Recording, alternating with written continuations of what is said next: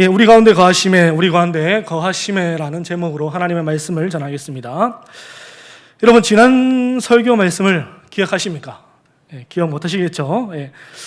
지난 설교를 통해서 우리는 성도의 삶이란 어떤 삶인지에 대해서 말씀을 듣게 되었습니다. 첫째, 우리는 어떤 삶을 살아갑니까? 십자가에서 옛사람은 죽고 거듭난 새 사람으로 살아가는 삶이라는 것을 듣게 되었습니다. 주님께서는 십자가에서 죽음으로 이 세상의 어둠을 이기셨습니다. 그와 마찬가지로 우리가 이 세상을 이기는 비결이 무엇입니까? 바로 우리도 십자가의 죽음으로 이 세상의 어둠을 이길 수 있다라고 말씀을 들었습니다. 둘째, 성도의 삶은 어떤 삶입니까? 항상 이 세상을 바라보는 것이 아니라 하나님을 온전히 바라보는 삶을 사는 자라는 것을 듣게 되었습니다. 주님은 영원 전부터 그리고 이 땅에 오셔서도 늘 언제나 하나님을 바라보셨고 하나님만을 향하는 삶을 사셨습니다. 우리도 마찬가지입니다. 우리도 성도된 우리도 세상에 눈을 돌리는 것이 아니라 오직 하나님만을 바라보며 나아갈 때에 우리는 이 세상을 이길 수 있다라는 말씀을 들었습니다. 마지막 세 번째, 성도는 어떤 삶입니까? 하나님 말씀 안에서 하나님 말씀으로 우리의 삶을 이해하고 해석하는 삶을 산다라는 말씀을 들었습니다. 이 땅에 우리의 삶을 판단하고 해석하는 많은 기준들이 있습니다. 어떤 사람은 물질로, 어떤 사람은 성공으로, 또 어떤 사람은 또 학문으로 우리의 삶을 판단하고 또 해석하는 사람들이 있습니다. 하지만 성도는 무엇으로 우리의 삶을 이해하고 판단합니까? 바로 하나님 말씀 안에서 우리의 삶을 바라보고 이해하는 삶을 살아가게 된다라고 말씀을 드렸습니다. 성경은 말씀으로 이 세상을, 우리의 삶을 창조하셨다라고 말씀하고 있습니다. 그렇게 우리의 삶을 바르게 해석하고 이해하기 위해서는 무엇으로 우리의 삶을 바라봐야 합니까? 하나님 말씀 안에서 우리의 삶을 이해하고 해석해야 한다라는 것을 지난 설교를 통해서 듣게 되었습니다. 오늘 본문에 이제 들어가야 되는데 오늘 본문에 들어가기에 앞서 한 가지 생각해 보고자 하는 것이 있습니다. 그것이 무엇인가 하니 여러분은 무엇을 위해서 하나님을 신앙하고 예수님을 믿는 삶을 살아가고 있습니까? 쉽게 말해서 우리의 신앙의 목적이 무엇이라고 말할 수 있습니까? 저는 어릴 적 이런 말을 많이 들었습니다. 천국 가기 위해서 예수를 믿는 것이다. 예수를 믿는 것은 천국 가기 위해서 믿는 것이다 라는 말을 많이 들어왔습니다. 물론 이 말은 맞는 말입니다. 하지만 이 말은 반은 맞고 반은 틀린 말이 될 수 있습니다. 전에도 한번 말씀드렸던 것처럼 우리는 예수님을 믿고 나면, 예수님을 나의 구주로 영접하고 나면 그 순간부터 우리는 천국 백성이 되는 것입니다. 죽어서 천국 백성도 되지만 지금부터 우리가 예수님을 나의 구주로 영접하는 그 순간부터 천국 백성이 되었다라고 성경은 말씀하고 있습니다. 단순히 죽어서 천국 백성이 되는 것이라면 우리는 이렇게 힘들게 신앙생활을 할 필요가 없습니다. 왜 그렇습니까? 죽음이 가까이 올 때에 느지막하게 믿으면 됩니다. 하지만 주님 우리에게 무엇이라 말씀하셨습니까? 천국, 하나님의 나라가 이미 이 땅에 임하였다라고 말씀하셨습니다. 그리고 그 천국은 누구의 것입니까? 침노하는 자의 것이라고 주님께서 말씀하셨습니다. 성경은 우리에게 믿는 그 순간부터 천국 백성이 되었다라고 말씀하고 있습니다. 두 번째, 우리의 신앙의 목적이 무엇입니까? 혹시 기적을 신앙의 목적으로 하면서 살아가고 있지는 않습니까? 우리가 잘 아는 것처럼 주님께서 이 땅에 오셔서 많은 기적과 또 이적을 베푸셨습니다. 물을 포도주로 바꾸시기도 하였고 오병이어로 수천 명의 사람을 먹이기도 하셨습니다. 그리고 심지어 뭐까지 행하셨습니까? 죽은 사람까지 살리시는 기적을 베푸시기도 하였습니다. 그런데 요한복음을 보게 되면 그와 같은 기적에 대해서 이렇게 말씀합니다. 그 기적은 무엇이다? 표적이라고 말씀합니다. 여러분, 표적이 무엇입니까? 표적은 그 기적이 목적이 아니라 그 기적을 통해서 무엇인가 보여주기를 원한다라는 것을 말하고 있습니다. 주님은 그 표적을 통해서 사람들이 무엇을 깨닫기를 원하셨을까요? 그 표적을 통해서 주님은 내가 약속의 메시아, 너희들이 그토록 고대하던 너희들의 구원자임을 깨닫기를 원하셨습니다. 그런데 안타까운 현실은 어떻습니까? 그들은 주님을 거부하고 오직 기적에만 관심이 있었습니다. 그래서 오병이어 사건 이후에 어떻게 합니까? 사람들은 주님을 불러놓고 당신 우리의 왕이 되십시오라고 합니다. 하지만 주님은 어떻게 하십니까? 그와 같은 사람을 멀리하고 그곳을 떠나시는 것을 볼 수가 있습니다. 우리가 흔히 생각하기를 기적을 보면 우리의 신앙이, 우리의 믿음이 더 커질 것 같은 생각이 듭니다. 하지만 주님이 무엇이라 말씀하셨을까요? 우리 마태복음 11장 20절 말씀을 함께 읽겠습니다. 시작!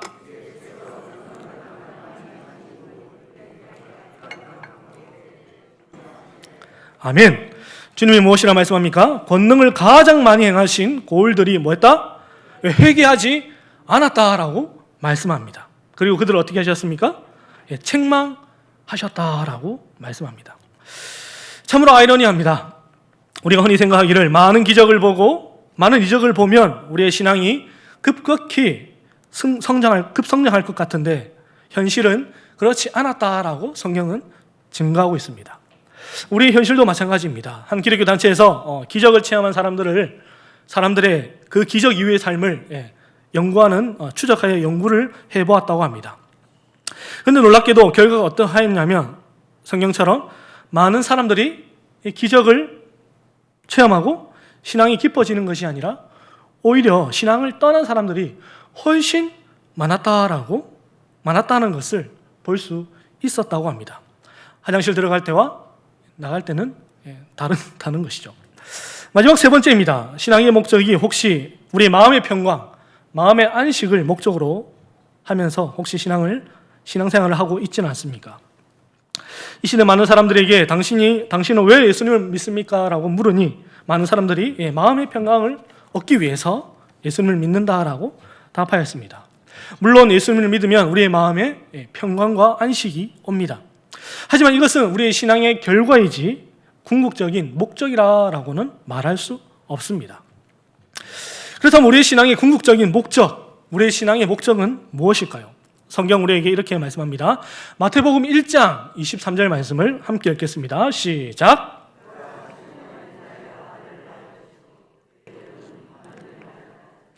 이를 번역한 즉 하나님이 우리와 함께 계시다 함이라. 아멘. 처녀가 잉태하여 아들을 낳을 것인데 그의 이름을 무엇으로 하라라고 말씀합니까? 임마누엘이라 하라라고 말씀합니다. 이를 번역한 즉 하나님이 우리와 뭐 하신다? 함께 계신다라는 뜻을 가지고 있습니다. 우리는 이 주님의 이름을 통해서 우리의 신앙의 궁극적인 목적이 무엇인지 알 수 있습니다. 우리의 신앙의 목적이 무엇입니까? 하나님과 함께하는 것이 우리의 신앙의 목적임을 성경이 우리에게 말씀해 주고 있습니다. 여러분, 웨스트민스터 소교리 문답 1문이 무엇입니까? 우리가 너무나도 잘 아는 웨스트민스터 소교리 문답 1문. 사람의 제일 되는 목적은 무엇입니까? 그리고 그 답이 무엇입니까? 사람의 제일 되는 목적은 하나님을 영화롭게 하는 것과 그를 영원토록 즐거워하는 것입니다.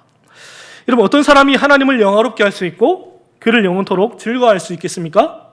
그분과 하나님과 함께하는 사람이 하나님을 즐거워할 수 있고 그분을 영화롭게 할 수 있다라는 것입니다.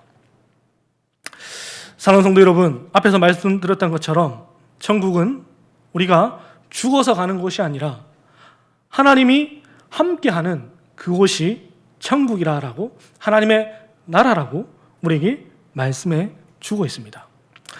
그래서 우리가 늘 무엇이라 찬양을 합니까? 높은 산이 거친 들이 초막이나 궁궐이나 내 주 예수 모신 곳이 그 어디나 하늘나라. 할렐루야 찬양하세. 내 모든 죄 사함받고 주 예수와 동행하니 그 어디나 하늘나라. 하늘나라. 내 인생의 때로는 거친 들이나 초막 같은 그와 같은 시간이 찾아올 때도 있습니다. 하지만 그곳에 누가 계십니까? 하나님이 계십니다. 그렇다면 우리의 인생의 때로는 거친 들이 또 초막 같은 그와 같은 우리의 삶이 그것도 하나님의 나라, 천국임을 우리는 믿음으로 바라볼 수 있어야 한다라는 것입니다. 오늘 본문도 마찬가지입니다. 오늘 본문도 구원 이후에 주님을 영접한 이후에 삶에 대해서 말씀하는데 그것은 바로 하나님과 함께하는, 하나님과 늘 언제나 동행하는 삶이라고 우리에게 말씀해 주고 있습니다. 그렇다면 이 하나님과 함께하는 성도의 삶은 어떤 사람이 살아갈 수 있을까요? 오늘 본문에서는 놀랍게도 세 부류의 사람이 나오는 것을 볼 수가 있습니다. 첫 번째, 어떤 사람이 등장합니까? 빛을 전하는 자. 누구입니까? 세례 요한입니다. 우리 오늘 본문의 6절 말씀을 함께 읽도록 하겠습니다. 6절입니다. 시작.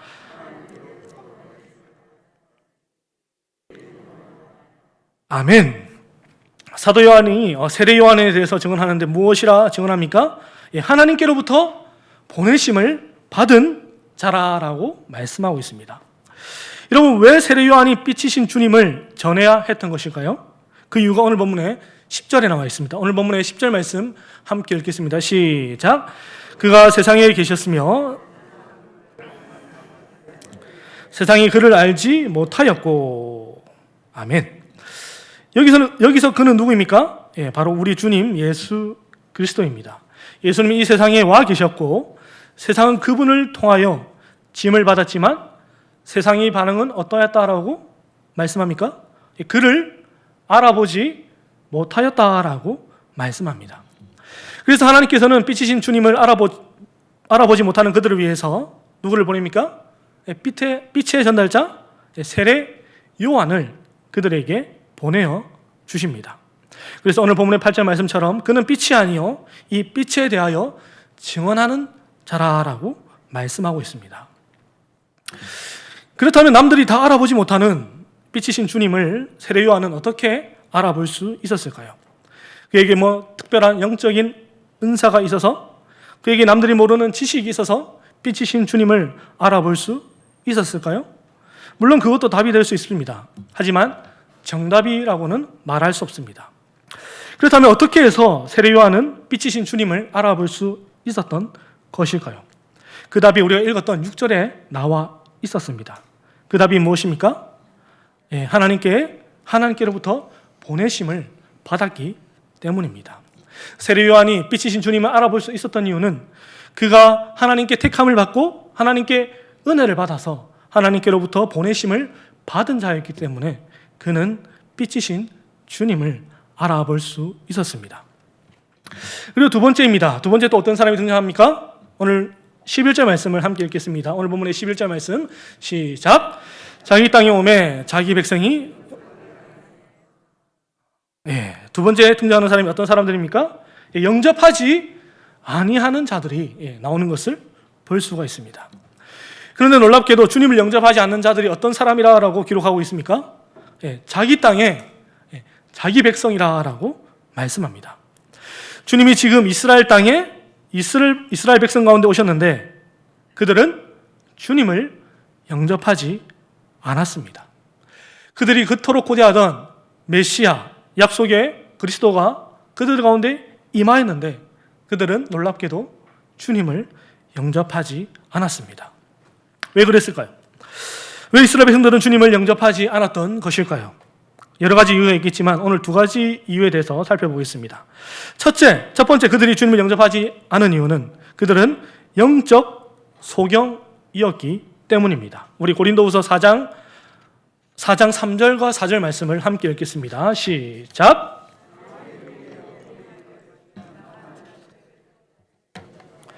그 중에 이 세상의 신이 믿지 않은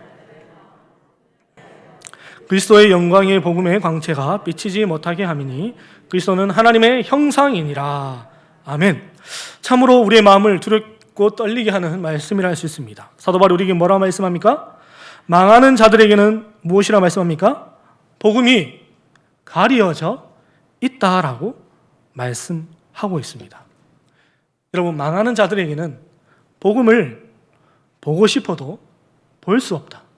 듣고 싶어도 깨닫고 싶어도 깨달을 수 없다라고 성경은 말씀하고 있습니다. 그리고 4절에서 무엇이라 말씀합니까? 세상의 신이 그들의 마음을 혼미하게 하여서 그리스도의 영광을 보지 못하게 한다라고 말씀하고 있습니다. 그들이 듣기 싫어서 안 듣는 것이 아닙니다. 그들이 보기 싫어서 보지 않는 것이 아닙니다. 하나님께서 그들이 듣지 못하게 하셨고 이상의 신들이 그들의 마음을 혼미하게 하여서 그들이 복음을 볼 수 없게 하였다라고 성경은 말씀하고 있습니다. 그리고 두 번째, 그들이 주님을 영접하지 않은 이유가 무엇이겠습니까? 그 이유는 이 세상을 사랑하였기 때문입니다. 우리 요한복음 3장 19절과 20절 말씀을 함께 읽겠습니다. 시작!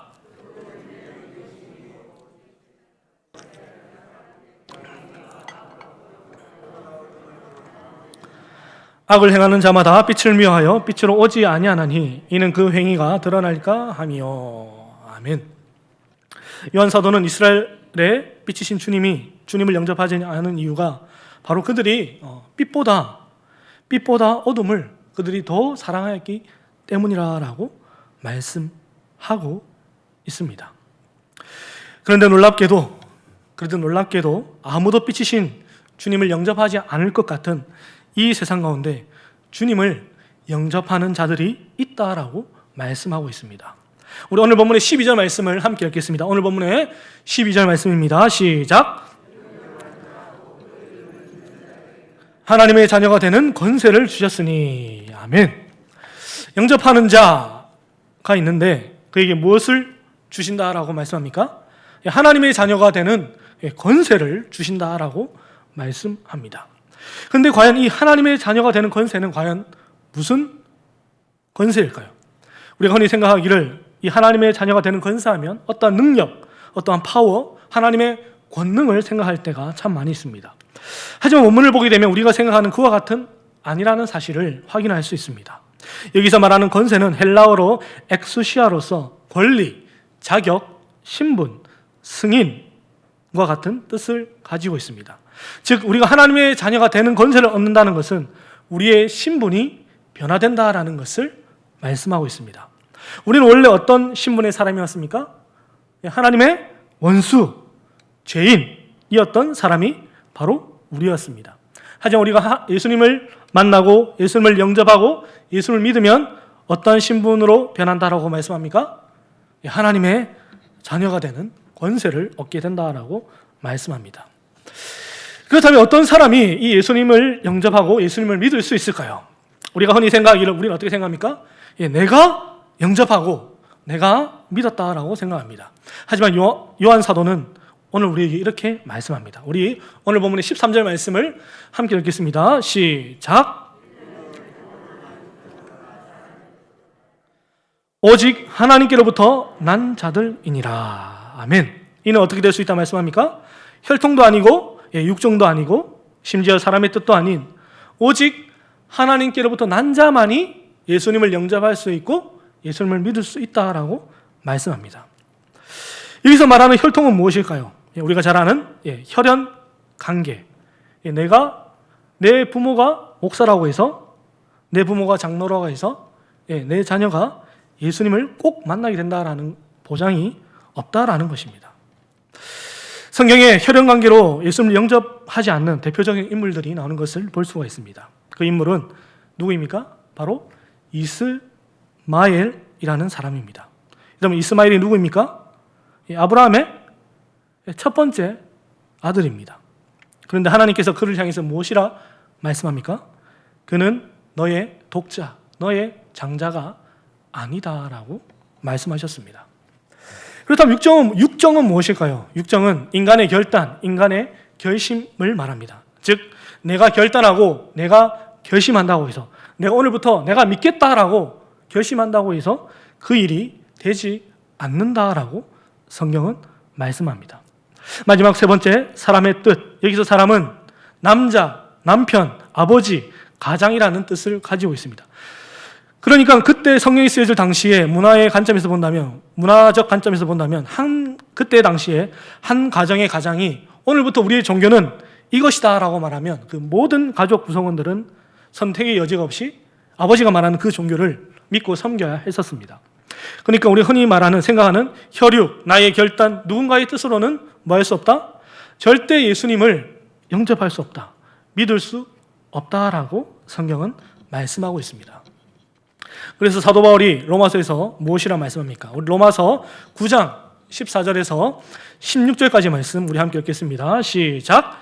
그런즉 우리가 무슨 말 하리요? 하나님께 불의가 있느뇨?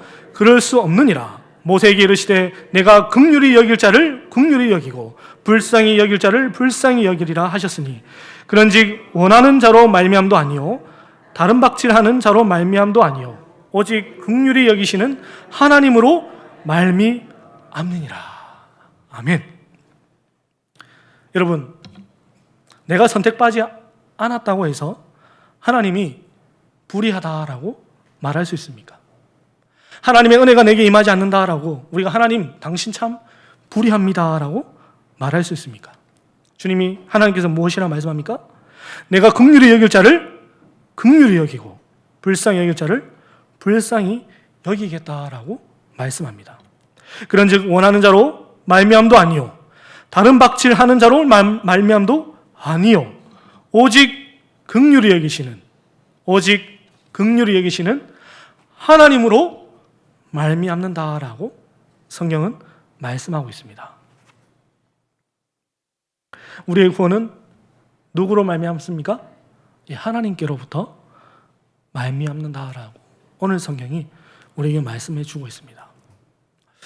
그렇다면 이 주님을 영접한 자, 하나님의 자녀가 되는 권세를 가진 자는 어떠한 삶을 살게 되겠습니까? 서두에 답을 알려드렸습니다. 예수님을 영접한 자는 하나님과 함께하는 삶을 살게 된다라고 오늘 성경이 우리에게 말씀해 주고 있습니다. 이 하나님과 함께함을 오늘 성경이 이렇게 말씀합니다. 오늘 본문 14절 말씀을 함께 읽어보겠습니다. 14절입니다. 시작.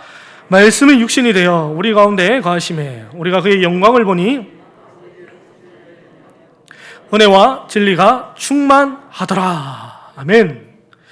요한복음 1장 1절을 보게 되면 말씀이신 주님이 뭐하고 계신다라고 말씀합니까? 하나님과 함께하고 계신다라고 말씀합니다. 그와 마찬가지로 우리도 어떻게 됩니까? 이제 혼자가 아닌 주님께서 하나님과 함께 하시는 것처럼 우리도 함께하게 된다라고 오늘 성경이 우리에게 말씀합니다. 이를 어떻게 표현합니까? 말씀이 육신이 되어 우리 가운데 뭐 하신다? 거하신다라고 말씀하고 있습니다. 여기서 거하신다는 것은 헬라어 스케노라는 단어로서 텐트를 치다, 장막을 치다라는 뜻을 가지고 있습니다. 여러분, 텐트를 치는 장면 하면 구약에 무엇이 떠오르십니까? 회막, 성막이 떠올라야 합니다. 이스라엘 백성들이 광야 생활 가운데 그들의 중심에는 무엇이 있었습니까? 바로 하나님의 성막, 하나님의 임재하시는, 하나님의 그 임재, 함께 하신다는 그 징표인 성막이 그들 가운데 자리를 잡고 있었습니다. 그리고 그 성막을 통해서 이스라엘 백성들은 무엇을 보았다라고 말씀합니까? 우리 민수기 16장 42절 말씀을 함께 읽겠습니다. 시작. 회중이 모여 모세와 아론을 칠 때에 구름이 회막을 덮었고 여호와의 영광이 나타났더라. 아멘. 여러분, 회막을 통해서 이스라엘 백성들은 무엇을 보았습니까? 하나님의 영광을 보았다라고 말씀합니다. 여러분은 하나님의 영광을 보기를 소망하십니까? 그렇다면 여러분은 하나님이 함께 하시는 그 자리에 머물러 계시기를 바랍니다. 우리가 어떤 큰 일을 행해서, 우리가 어떤 큰 일을 이루어서 하나님의 영광을 보는 것이 아닙니다. 우리가 흔히 생각하기를 서울대 가거나 큰 돈을 벌었을 때, 또 큰 성공을 이뤘을 때 그것이 하나님의 영광이 된다라고 생각합니다. 여러분, 한번 생각해 보시기 바랍니다. 하나님께 서울대, 큰 돈, 큰 땅, 그것이 무슨 하나님께 의미가 있겠습니까? 하나님은 하나님만으로 영광으로 충만하신 분이십니다. 하나님이 계시는 그곳에 머무셔서 하나님과 함께 하셔서 하나님의 영광을 보는 복된 성도님들 되시기를 바랍니다. 다윗은 그의 시편에서 무엇이라 한 가지 소원을 구합니까? 내가 내 평생에 여호와의 집에 살면서 여호와의 아름다운 영광을 바라보며 그의 성전에 머무는 것을 사모합니다라고 그는 고백하였습니다. 그의 한 가지 소원이 무엇이었습니까? 하나님의 성전에 머물면서 하나님의 영광을 보며 하나님께 영광을 돌려드리는 그것이 그의 단 한 가지 소원이었다라고 그는 고백하고 있습니다. 이 고백이 우리의 고백이 되기를 소망합니다. 말씀을 맺겠습니다. 우리는 오늘 본문을 통해서 세 부류의 사람을 만날 수 있었습니다. 어떤 사람입니까? 첫째, 하나님께로부터 보냄을 받은 세례 요한. 둘째, 빛이신 주님을 영접하지 않은 자. 셋째, 빛이신 주님을 영접한 자를 볼 수 있었습니다. 그렇다면 빛이신 주님을 어떤 사람만이 영접할 수 있다라고 말씀하고 있습니까? 하나님께로부터 난 자만이, 우리의 결정과 우리의 노력이 아닌 하나님께로부터 난 자만이 그와 같이 할 수 있다라고 말씀을 들었습니다. 그리고 그 주님을 영접한 자는 어떤 삶을 산다라고 말씀합니까? 하나님과 함께함으로 주님의 영광을 보는 삶을 살게 된다라고 말씀하고 있습니다. 그런데 놀라운 사실이 무엇인지 아십니까? 그런데 더욱 우리를 놀라게 하는 사실이 있습니까? 성경은 이와 같은 삶이 이 세상의 삶으로 끝이 나는 것이 아니라 우리가 죽어서 천국에 가서도 그와 같은 삶이 영원토록 계속된다라고 말씀하고 있습니다. 우리 요한계시록 21장 3절 말씀을 함께 읽어보겠습니다. 시작. 내가 들으니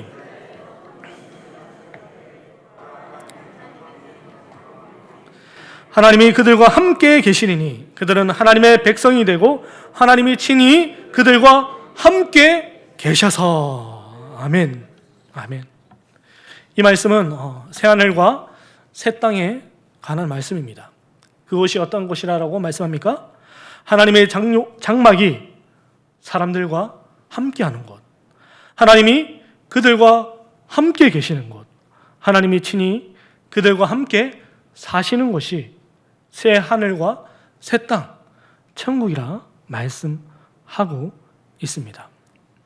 우리의 삶이 이 새 하늘과 새 땅과 같이 늘 하나님과 함께하면서 하나님의 영광을 보며 하나님께 영광의 찬양을 올려드리는 복된 성도, 복된 교회가 되기를 주님의 이름으로 축복합니다. 기도하시겠습니다.